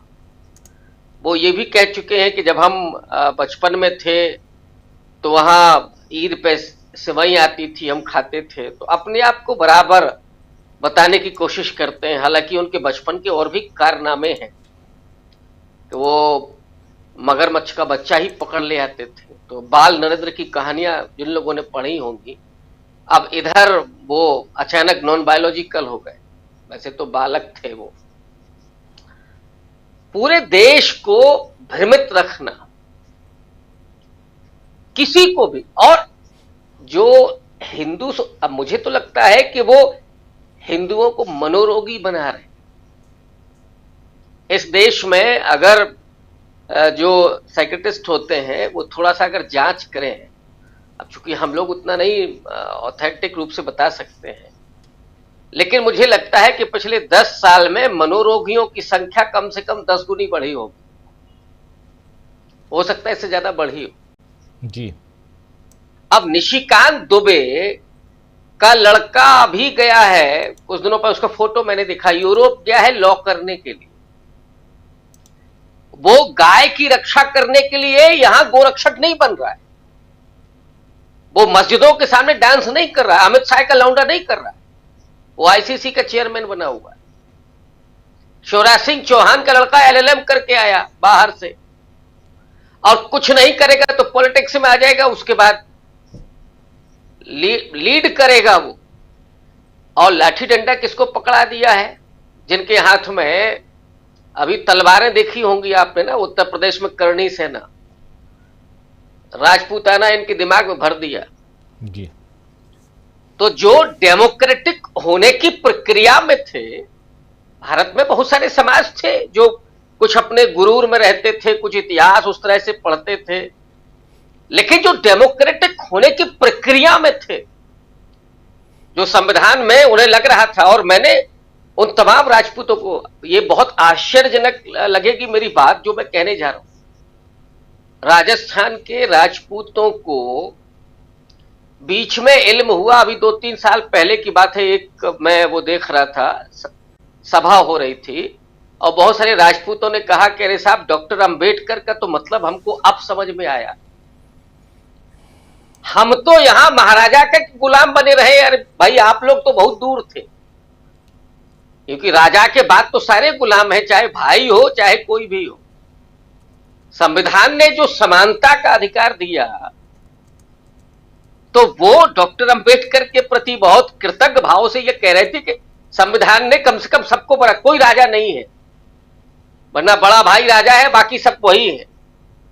तो जो डेमोक्रेटिक बनने की प्रक्रिया में थे, जो तलवार नहीं कलम की ताकत को महसूस कर रहे थे, जो अच्छा रोजगार, अच्छी डिग्री हासिल करके और अमेरिका और यूरोप के सपने देख रहे थे कि देश की सेवा ऐसे भी की जाए, दुनिया को समझा जाए, साइंटिफिक टेम्परामेंट डेवलपमेंट हो।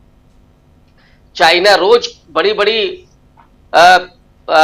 वो खोज रहा है, चीजें बना रहा है, और हम अभी एसी को खत्म करने के लिए गाय गोबर से लीप रहे हैं। ये हमारे देश के प्रोफेसर का हाल है, प्रधानाचार्य हैं। वो गर्मी दूर करने के लिए अपने रूम में तो उनके एसी लगे हैं, वहां उन्होंने गोबर से नहीं लिपा, लेकिन विद्यार्थियों के कमरे को गोबर से लिपा जा रहा है। ये कमरे की दीवार नहीं लिपी जा रही गोबर से, उन विद्यार्थियों के दिमाग में गोबर लिपा जा रहा है, ताकि वो कल को उठाएं लाठी और डंडा और मस्जिद के सामने डांस करें, कभी इनका सिर फोड़े, कभी उनकी लिंचिंग करें। तो पूरे देश को मोदी जी मनोरोगी बना रहे, हिंसक बना रहे, और इस तरीके से विभाजित कर रहे हैं कि चारों तरफ, चाहे साउथ हो, नॉर्थ ईस्ट में क्या हो रहा है, आज जम्मू कश्मीर में क्या हुआ, उत्तर भारत में क्या हो रहा है। मोदी जी का इतिहास तो सबके साथ न्याय करता है, चाहे अकबर हो, सम्राट अशोक हो, औरंगजेब हो, कोई इतिहास किसी को नहीं बख्शता। मोदी जी गले लगे, गले पड़े, उससे कोई फर्क नहीं पड़ता। इतिहास में जो वो दर्ज होंगे वो बेबाकी के साथ लिखा जाएगा। तो दरअसल देश को भीतर से खोखला करना, जो असल में एजेंडा है आरएसएस का, और आरएसएस के ये बहुत प्रामाणिक नहीं है, लेकिन जो सुनी, क्योंकि आरएसएस का तो कुछ भी प्रामाणिक नहीं, ना उनके सदस्यों की कोई वो है, रजिस्टर है, ना सदस्यता कैसे होती है, कौन क्या हो, इसीलिए तो गॉडसे छूट गया था। जबकि गॉडसे के भाई ने कहा था कि आरएसएस का सदस्य था, वो उस समय भी सदस्य था। अब यहां जो सारी चीजें अप्रामाणिक तरीके से कही जाती हैं कि सिर्फ 4% लोग हमको चाहिए जो हमारे तरीके से लाठी डंडा लेकर के खड़े हो और पूरे देश को कब्जे में हम कर लें, सिर्फ 4% को। शाखाओं में वही चीजें तैयार होती, तो बाकी सबको खोखला कर दीजिए। लोग गुलाम कैसे होंगे जब आर्थिक रूप से विपन्न होंगे? तो वो हुजूर की आज्ञा का पालन करेंगे। महिलाओं को घर के भीतर धकेल दो, अल्पसंख्यकों को लोग रोज उनका पैशाचीकरण करो, उनको सामने रखो। वो अगर कहें रोटी चाहिए, हमको रोजगार चाहिए, तो ये देखिए मुसलमान है, ये देखिए क्रिश्चियन है। उससे भी बात ना बने तो फिर ये देखिए ये दलित का इतना दिमाग खराब हो गया। ये सारा कुछ चला करके और अंदर से खोखला कर देना इस देश को। किसानों की जमीनें हड़प लेना, वो तो बच गया, इतना बड़ा आंदोलन खड़ा हो गया, वरना अडानी साहब के वहां कोठियां होती और वहां से सारी चीजें चल रही होती। तो असली वो है आरएसएस, अपने वो नागपुर से सारा खेल चल रहा है। वो पेशवाई दौर लौटाना चाहते हैं, लेकिन वो इस गलतफहमी के शिकार हैं कि ये डेमोक्रेसी यहां तक आ गई। 70-80 साल हो गए, शुरू में हो गई होती तो अलग बात थी, अब नामुमकिन है, लेकिन नुकसान तो बहुत हो जाएगा। जो निशिकांत दुबे कह रहे हैं कि साहब गृह युद्ध में झोंक दिया सुप्रीम कोर्ट के चीफ जस्टिस ऑफ इंडिया जी। अब इस बयान पर आप क्या कहेंगे? दुर्भाग्य जो चल रहा है इस देश में, और ये कोई ऐरे गहरे लोग नहीं है, फ्रेंच एलिमेंट नहीं है, ये चुने हुए सांसद हैं। तो दरअसल पूरे देश को इसी तरह से गुमराह करना, अंदर से खोखला करना और मुट्ठी भर लोगों के हाथ में संसाधन दे देना, और सारे लोगों को वो गरीब हो जाएंगे तो गुलाम बनने के लिए मजबूर हो जाएंगे, और फिर चलाए रखना, राजतंत्र चलाना और मोदी जी को भगवान बना करके उनकी मूर्ति उर्ति स्थापित कर देना। कोई जरूरत नहीं संविधान की। मोदी जो कहे वही हुक्म, फिर बाद में वैसे भी नॉन बायोलॉजिकल अपने आप कह ही चुके हैं, अवतार हो जाएंगे वो जी। और इधर वो कल की पीठ के वो जो संत है वो तो चला ही रहे, हो सकता है कि उनको घोषित कर दें कि यही अवतार थे, हम पहचान नहीं पाए। वो कह तो रहे थे मोदी जी के नॉन बायोलॉजिकल हैं हम, लेकिन हम लोगों ने, आप दूसरे लोगों ने नहीं माना, अब मानना पड़ेगा, नहीं मानोगे तो ये डंडा रखा है। ये देश उस तरफ ले जाने की कोशिश हो रही है, लेकिन ये गलतफहमी है। खैर, अब देखते हैं क्या होता है। जी, क्या कहेंगे प्रेम कुमार जी? गंभीर चर्चा, उस बातों को एक और गंभीरता की तरफ लेके चले गए हैं प्रोफेसर रविकांत जी। देखिए राजीव जी, हम इस दौर से गुजर रहे हैं जब हर अनहोनी होनी हो सकती है, और जो एंटी डेमोक्रेटिक फोर्सेस हैं वही सत्ता में आ गए हैं। और नॉन स्टेट फैक्टर जो है वो बहुत बड़ा फैक्टर है इस देश में, कि नॉन स्टेट फैक्टर इस देश का आरएसएस है। पाकिस्तान में तो नॉन स्टेट एक्टर्स आतंकवादी हुआ करते थे। पठानकोट हमला हुआ तो यही हमारे मोदी जी, अमित शाह जी, डोभाल जी कह रहे थे कि पाकिस्तान के नॉन स्टेट एक्टर्स का हाथ है। पाकिस्तान की जांच एजेंसी ने भी यही कंक्लूजन निकाला था। तो नॉन स्टेट एक्टर्स पाकिस्तान में जब हावी हुए तो क्या स्थिति बन गई आप देखिए। वहाँ इमरान खान से चुनाव छीन लिया गया। चुनाव अधिकारी ने सरेआम बताया कि कैसे बेईमानी की गई और उल्टा जेल में डाल दिया गया। यहाँ हिंदुस्तान को भी पाकिस्तान बनाने वाले लोग सक्रिय हैं कि जब डेमोक्रेसी नहीं होगा, तानाशाही होगी, नॉन स्टेट एक्टर्स का जो है एक्शन मजबूत होगा तो फिर देश पाकिस्तान ही बनेगा। लेकिन ये तो कोशिश है, लेकिन क्या हिंदुस्तान को पाकिस्तान बनाना इतना आसान है? हमें लगता है कि पंडित जवाहरलाल नेहरू ने बहुत पहले ही हिंदुस्तान के पाकिस्तान बनने की संभावनाओं को नेस्तनाबूद कर दिया था। और आज वही विरासत, वही लड़ाई आज है, नहीं तो ये एक तरफा हो जाता मामला। आप देखेंगे आज जो भी राजनीति हो रही है, अभी बहुत सही हमारे पैनल में चर्चा हुई कि विदेश में आप जाकर के दूसरों के बच्चे खिलाते हैं, कुछ सऊदी अरब में जाते हैं, मुसलमानों के से गले मिलते हुए तस्वीरें दिखाते और बनाते हैं, लेकिन अपने देश में गरीब बच्चों की कोई फिक्र नहीं है। यहाँ क्या हिंदू क्या मुसलमान, धार्मिक आधार पर तो नफरत के बीज बो ही रहे। हिंदुओं में भी जो छुआछूत और भेदभाव और करनी सेना और तमाम तरह के नॉन स्टेट एक्टर्स को बढ़ावा दिया जा रहा है, जो कानून को हाथ में लेते हैं। और वो निशिकांत दुबे टाइप के लोग, ये कैरेक्टर नॉन स्टेट एक्टर का है, लेकिन वास्तव में ये स्टेट का बहुत इंपॉर्टेंट हिस्सा बन चुके हैं।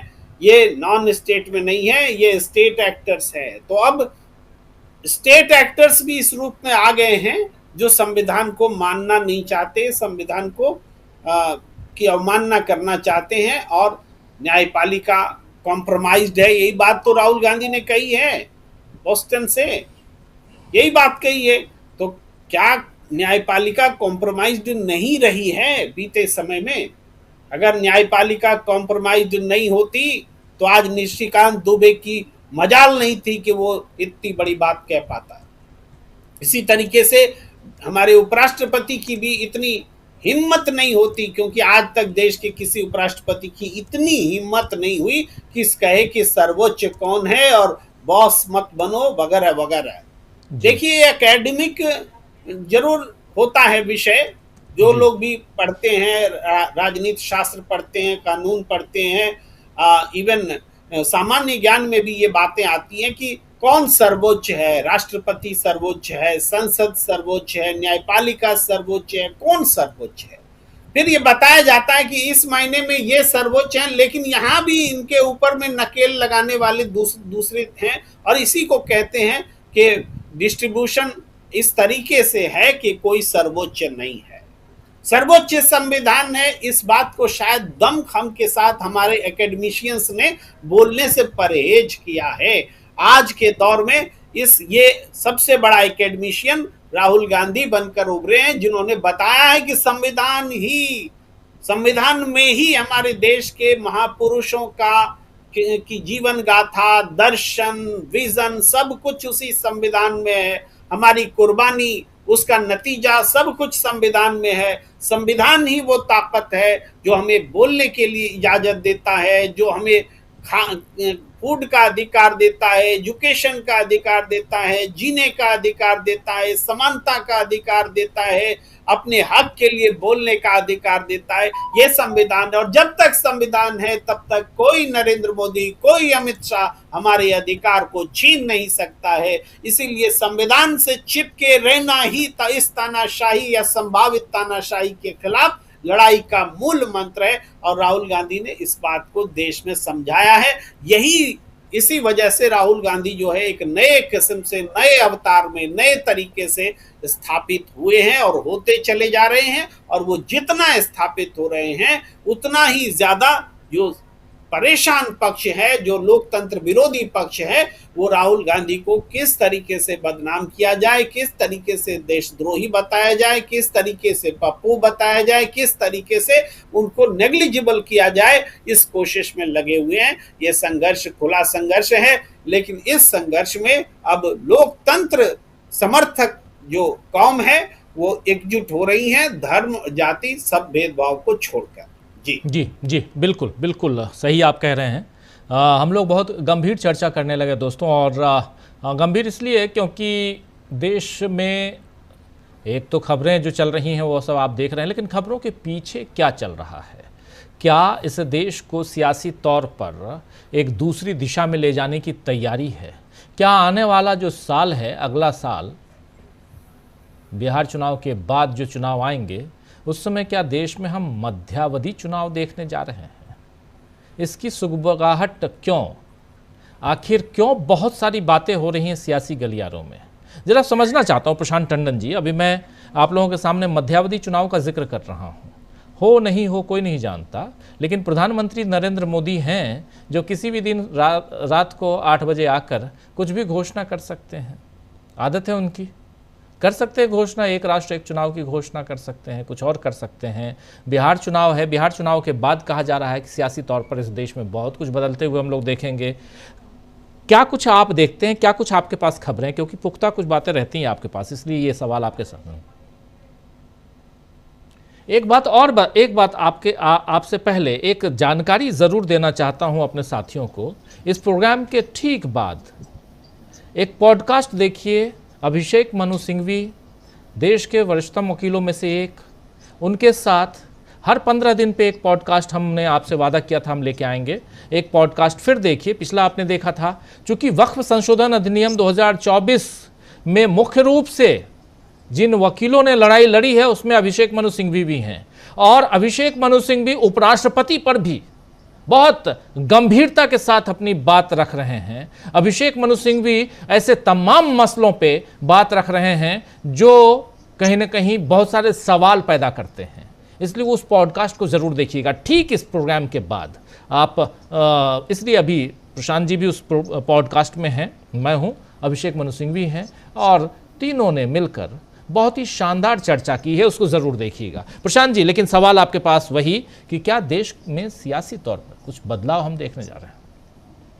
कोशिश जरूर है राजीव जी, और ये बड़ी कोशिश है, लेकिन उसमें बहुत सारे इनबिल्ट रेजिस्टेंस हैं।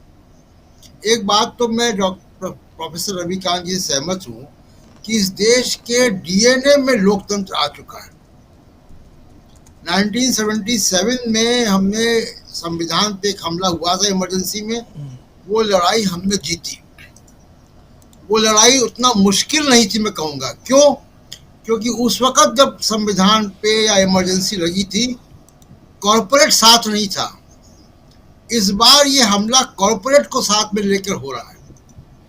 मैं इसको धर्म के रास्ते का नहीं बताऊंगा। धर्म की सारा विवाद, धर्म की सारी डिबेट टीवी चैनलों पे, नफरत, ये सब कॉरपोरेट की पैदा की हुई है अपने हितों के लिए। कॉरपोरेट को नरेंद्र मोदी से मुफीद कोई कैंडिडेट मिलेगा नहीं। जो दो बातें इम्प्लीमेंट कर रहा है, एक सामाजिक यथास्थिति बनी रहे और दूसरा आर्थिक जो संसाधन है उस पर कब्जा बना रहे। उस पर एक रोड़ा सुप्रीम कोर्ट है, दूसरा रोड़ा विपक्ष है, तीसरा रोड़ा सिविल सोसाइटी है, पत्रकार है। उन सब को के खिलाफ एक युद्ध है, लेकिन दूसरा एक युद्ध दूसरी तरफ भी है।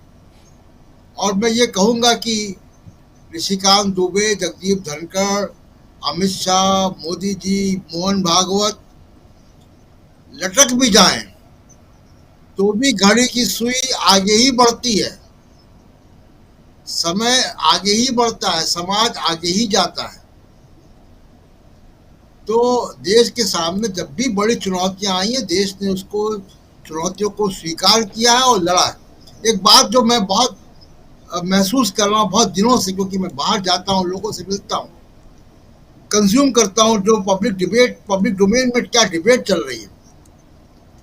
बहुत सारे लोग जो मुस्लिम विरोधी भी हो गए थे व्हाट्सएप के और ये गोदी मीडिया के डिबेट के चलते, उनमें भी अब हृदय परिवर्तन हो रहा है। वक्फ बिल के बाद वो भी कहने लगे हैं कि अब ज्यादा हो रहा है।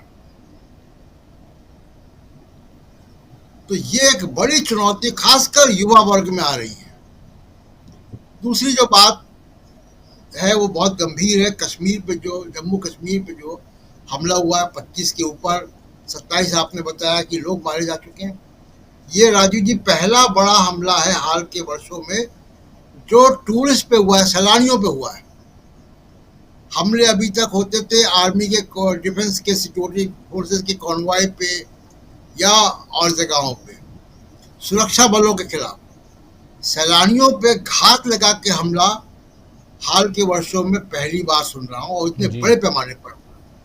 उसका उद्देश्य बहुत साफ है कि कश्मीर की इकॉनमी को तोड़ देना है।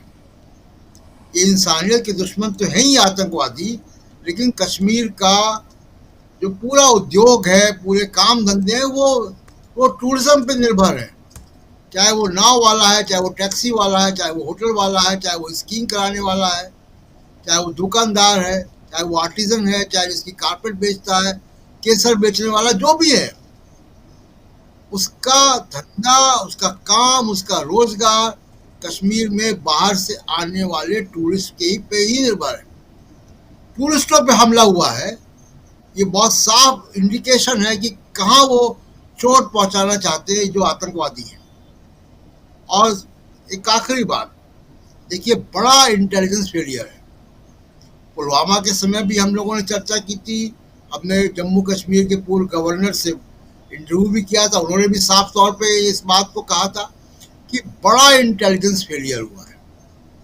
इतना बड़ा हमला, हम आप कश्मीर कई बार राजीव जी गए हैं, चुनाव में गए हैं, चुनाव के अलावा भी गए हैं, और हमने देखा है कि चप्पे चप्पे पर वहाँ सुरक्षा तैनात होती है, गाड़ियां चेक होती है, हम लोग की गाड़ियां चेक होती है जब एक जगह दूसरी जगह जाते हैं।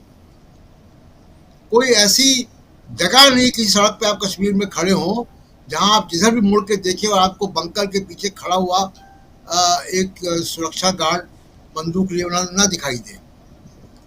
उसके बाद अगर ऐसा हमला कश्मीर में हो रहा है, इतनी इंटेलिजेंस के बाद भी हो रहा है, तो इसका मतलब है कहीं कोई ढिलाई है और बहुत बड़ी लापरवाही है। उमर अब्दुल्ला को हम दोष नहीं दे सकते, क्योंकि ना पुलिस उनकी है, ना आर्मी उनकी है, ना केंद्रीय सुरक्षा बल उनके है, ना इंटेलिजेंस उनकी है। उनके पास तो कुछ है ही नहीं। जो कुछ है वो गृह मंत्रालय का, लेफ्टिनेंट गवर्नर का, केंद्र सरकार का है। इतनी बड़ी इंटेलिजेंस फेलियर कैसे हो गई? बड़ी प्लानिंग हुई होगी इतने लोगों को मारने में, टेलीफोन में बात हुई होगी, क्या टेक्निकल आप इंटरसेप्ट करते हैं, बड़े बड़े आप बातें करते हैं।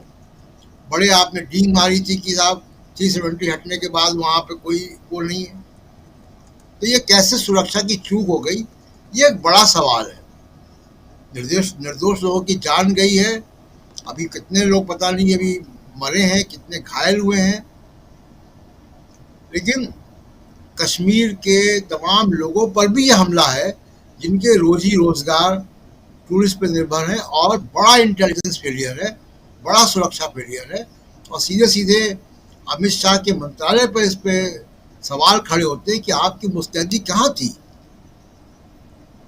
अभी 2 दिन पहले राजीव चर्चा में कर रहा था इसी बात की जी। कि पिछली सरकारों में हमने देखा है कि हर सप्ताह सीसीएस की मीटिंग होती थी, कैबिनेट कमेटी सिक्योरिटी। बिल्कुल, आप बता रहे थे जी।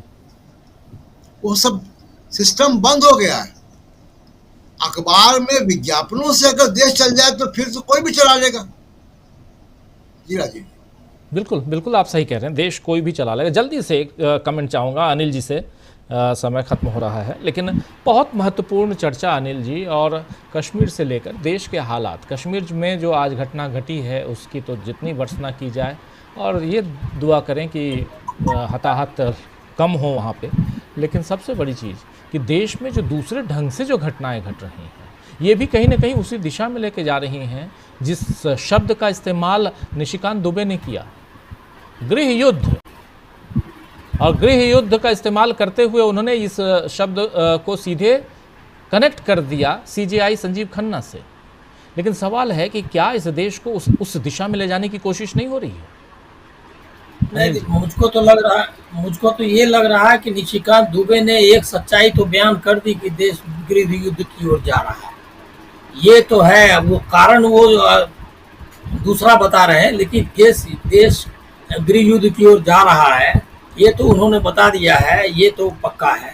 और ये आप देख लीजिए कि कैसी स्थिति है कि मणिपुर वाला एक आप देख चुके हैं, और इसके बाद इसकी डींगे मारते थे यहाँ जम्मू कश्मीर का, उसका हाल आपने देख लिया। साउथ में सिर्फ जो जिस तरह से हालात इन्होंने पैदा किए हैं, जिस तरह से कन्फ्रंटेशन पैदा किया है, वो देखिए। ये विखंडन जो है ना, और उसके बाद एकता की बात कर रहे हैं। बस लास्ट पॉइंट एक और बताऊंगा कि इनसे कहता है ना कि ये तेरे बहुत बड़ा आता है मीम्स वगैरह कि तेरे से नहीं होगा। तो ये जो आपने कहा कि मध्यावधि चुनाव के लिए बाद में करना चाहिए वेट, मुझको लग रहा है वहां तक ले जाना भी इनके लिए डिफिकल्ट है। अभी तो 10 दिन जो आने वाले हैं, जो इसका क्या कहते हैं वक्फ बिल का जो आएगा सुप्रीम कोर्ट में, और जो जिस तरह से यहाँ जम्मू कश्मीर में हो रहा है, तो मुझको लग रहा है क्या कि इनके लिए बहुत एक दिन काटना मुश्किल है। ज़्यादा लंबा इंतजार मत करिए, इनको जल्दी ही तय करना होगा कि इनका ये रवैया ये चलाएंगे या देश को विखंडन की ओर ले जाएंगे। बिल्कुल बिल्कुल आप सही कह रहे हैं। तो बहुत कुछ अभी बाकी है, बहुत कुछ बाकी है, लेकिन इन सब के बीच एक तरफ सुप्रीम कोर्ट, दूसरी तरफ वक्फ संशोधन कानून, और तीसरी तरफ नरेंद्र मोदी और उनकी सरकार का अक्खड़पन, ये सब कुछ, और इन सब के बीच जम्मू कश्मीर में जो कुछ हुआ वो अच्छा नहीं हुआ। गृह मंत्री, मुख्यमंत्री, गृह मंत्री देश के, अमित शाह मुख्यमंत्री जम्मू कश्मीर के, दोनों रवाना हो चुके हैं वहाँ पहुँचने के लिए, लेकिन जो कुछ भी चल रहा है वो बार बार कह रहा हूँ कि वो अच्छा नहीं हो रहा है। चलिए, इंतज़ार रहेगा कि देश में कुछ अच्छा हो। अनिल जी बहुत बहुत शुक्रिया, प्रेम कुमार जी बहुत बहुत शुक्रिया आपका, बहुत शुक्रिया प्रोफेसर